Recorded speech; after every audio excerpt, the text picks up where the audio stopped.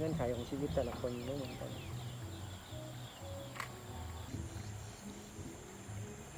แล้วเราก็คิดว่าคือทำไมต้องรอ60แล้วรีไทร์ก็รีไทร์เลยก็ได้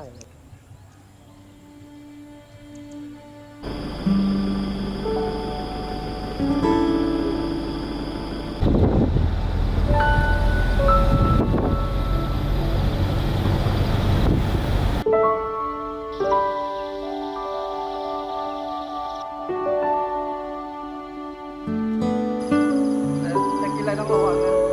เท้า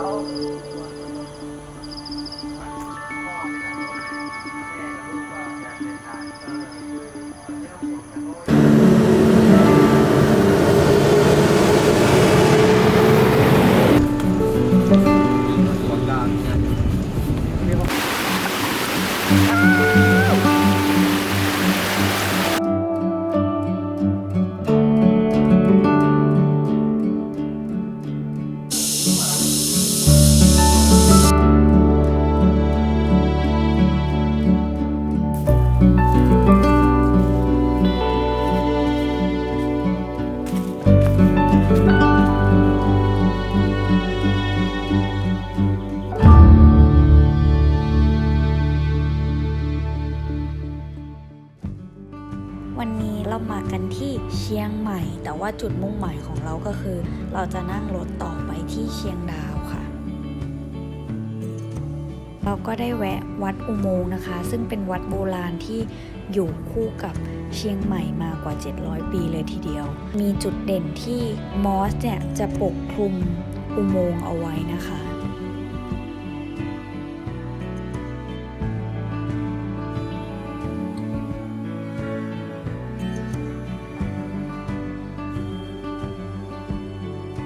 ระหว่างทางไปแม่ริมนะคะก็ผ่านทุ่งมาการ์เร็ตค่าเข้า40 บาทแล้วก็สามารถเข้าไปถ่ายรูปกับ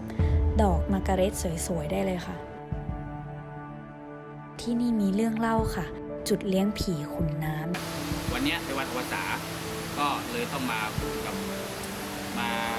บูชาเหรอคะทำสามีจิกรรมหรือว่ามาคารวะมาขอขมาช่วงเข้าพรรษาอะไรอย่างเงี้ยเนี่ยแหละครับเป็นพิธี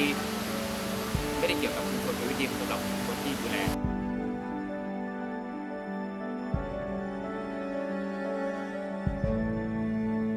ที่นี่นะคะเขาก็จะมีความเชื่อเกี่ยวกับผีสางมีเสาผีช้างเสาผีม้านะคะ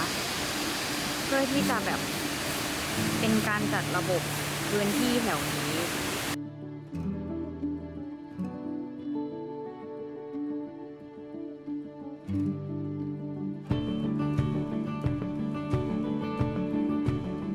คืนนี้นะคะเรานอนกันที่นี่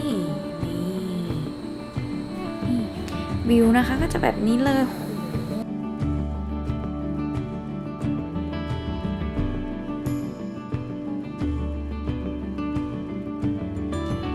ตอนนี้นะคะก็เป็นเวลา6 โมงเช้าเรากำลังจะไประเบียงดาวนะคะ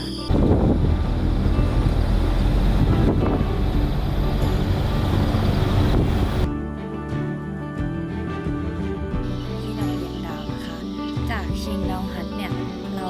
ขับรถกันขึ้นมาเขียวอย่างนี้เลยนะคะ12 กิโล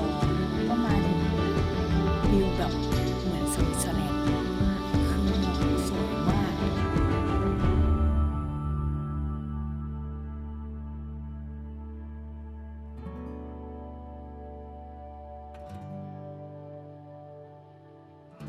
เซเว่นชนเลย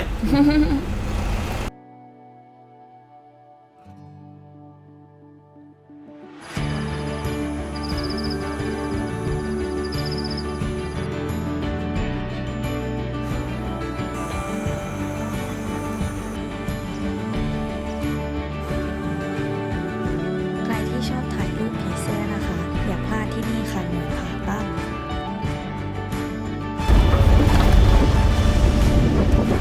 เราใช้เวลาตลอดช่วงบ่ายนะคะเดินเทรคกิ้งที่ดอยคำฟ้านะคะ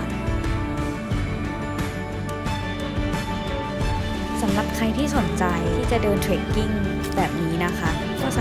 ต่อที่เชียงดาวฮัทรีสอร์ทได้เลย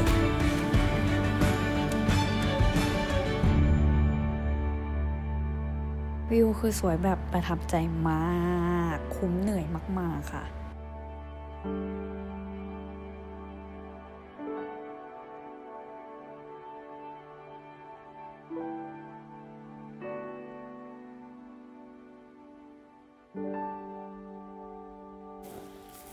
ค่ะอาหารกลางวันข้าวเหนียวไก่ ลิฟต์ลงชั้นนี้ ก็นี่มุมนี้เลย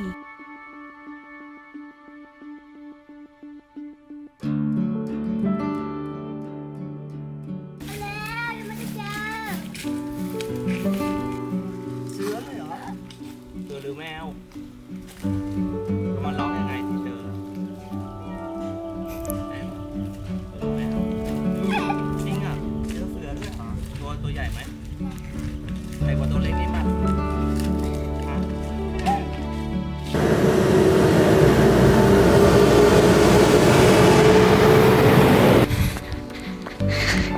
behind the scenes สุดๆ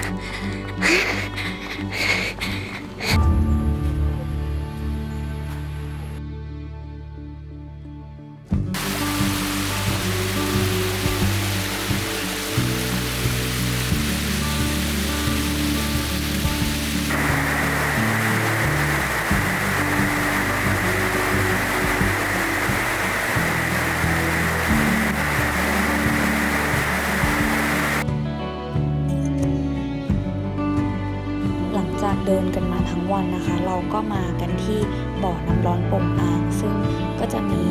บ่อที่เอาไว้แช่น้ำร้อนนะคะ เอาเท้าลงจมลงไปสบายมากๆ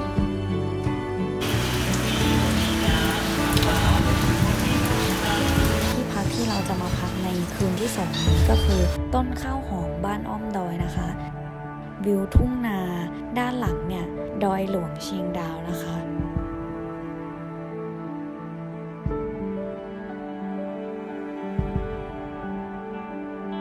3 วัน 2 คืนที่เชียงดาวเนี่ยใกล้ชิดธรรมชาติมากๆค่ะ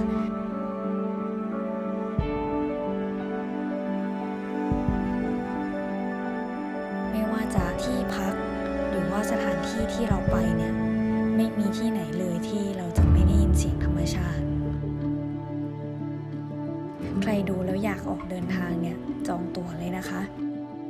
แล้วคราวหน้าเราจะพาไปไหนติดตามชม Ruby The Journey ด้วยนะ